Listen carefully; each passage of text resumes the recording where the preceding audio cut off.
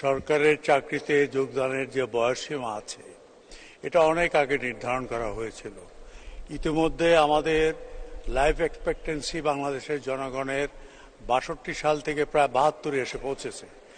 এখন এটা অত্যন্ত যৌক্তিক হবে যে আপনি যদি সরকারের চাকরিতে যোগদানের যে বয়সসীমা এটা শিথিল করে অন্তত ৩৫-এর কাছে নিয়ে যান, তাহলে এদেশে যে আমাদের তরুণ এবং যুব সমাজ যারা হতাশায় ভুগছে, কর্মসংস্থান হচ্ছে না, তাদের একটা বিরাট অংশ এখানে প্রতিযোগিতায় এসে সরকারি চাকরিতে ঢুকতে পারবে। এটা শুধু বিসিএস-এর ক্ষেত্রেই নয়, আমি আপনার মাধ্যমে সরকারকে অনুরোধ করব এই বয়সসীমা শিথিল করার সময় এসেছে।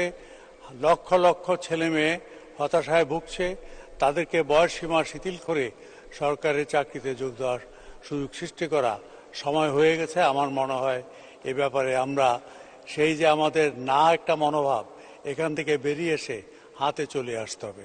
আপনাকে ধন্যবাদ মাননীয় স্পিকার। ধন্যবাদ মাননীয় মন্ত্রী। মাননীয় স্পিকার, আপনাকে ধন্যবাদ।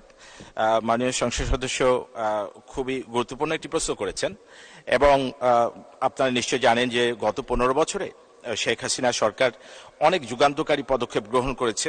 বিশেষ করে আপনারা নিশ্চয় জানেন যে চাকরির প্রবেশ বয়স ছিল ২৭ বছর, সেখান থেকে বৃদ্ধি করে সেটি ৩০ বছর উন্নীত করা হয়েছে।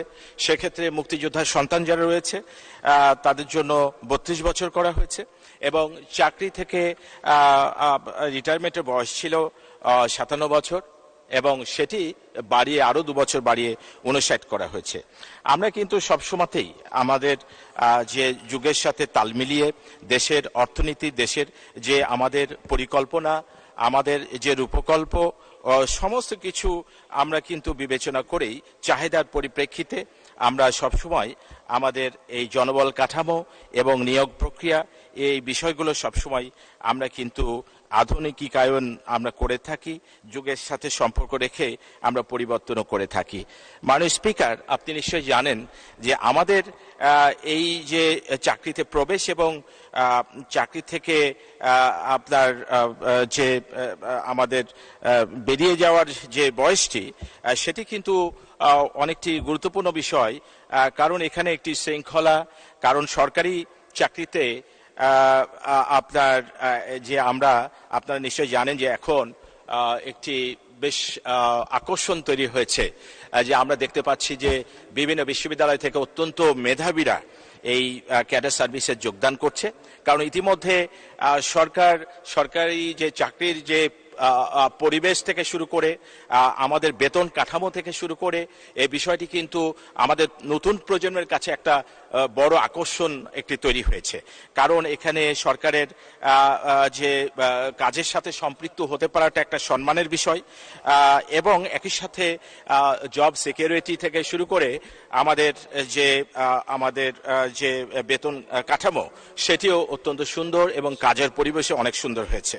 তো সেক্ষেত্রে কিন্তু আমাদের এটি নীতিগত সিদ্ধান্তর বিষয় যে আমরা সবসময় বলে আসি যে আমরা সবসময় ফ্রেশ যারা গ্র্যাজুয়েট তাদেরকে রিক্রুট করতে চাই, এটা সরকারের একটা পলিসি। আমরা কিন্তু আমাদের বিসিএস এর মাধ্যমে আমরা দেখে থাকি যে সাধারণত ২৩ বছর বয়স থেকে কিন্তু তারা ২২ থেকে ২৩ বছর বয়সে তারা বিসিএস পরীক্ষা অংশগ্রহণ করতে পারে এবং তাদের জন্য প্রায় মিনিমাম ৬ থেকে ৭ বছর হাতে সময় থাকে তারা এই বিসিএস পরীক্ষা দিয়ে সরকারি চাকরিতে, ক্যাডার সার্ভিসে এবং অন্যান্য সরকারের যে চাকরি আইনের সাথে সম্পর্কিত যে সরকারি প্রতিষ্ঠান, আধা সরকারি, স্বায়ত্তশাসিত বিভিন্ন যে প্রতিষ্ঠান রয়েছে যেখানে সরকারের আইনগুলো মানা হয় সেই প্রতিষ্ঠানে তারা কিন্তু যোগদান করছে এবং যোগদান করার যথেষ্ট সময় তারা কিন্তু পাচ্ছে।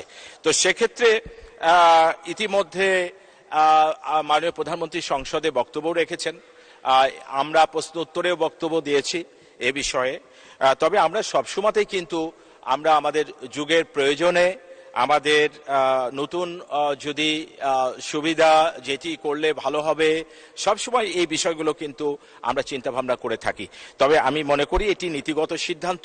এই সিদ্ধান্ত আমরা চাকরির বয়স আগামীতে বাড়াবো কি বাড়াবো না, বা কি বাড়ালে ভালো হবে কিনা, এটি আমার মনে হয় যে আমাদের নীতিগত সিদ্ধান্তের বিষয়। এটা নিয়ে অবশ্যই আমরা ভবিষ্যতে আরো আলাপ আলোচনা করার মধ্য দিয়ে আমরা চূড়ান্ত সিদ্ধান্ত নিতে পারবো। ধন্যবাদ মাননীয় স্পিকার।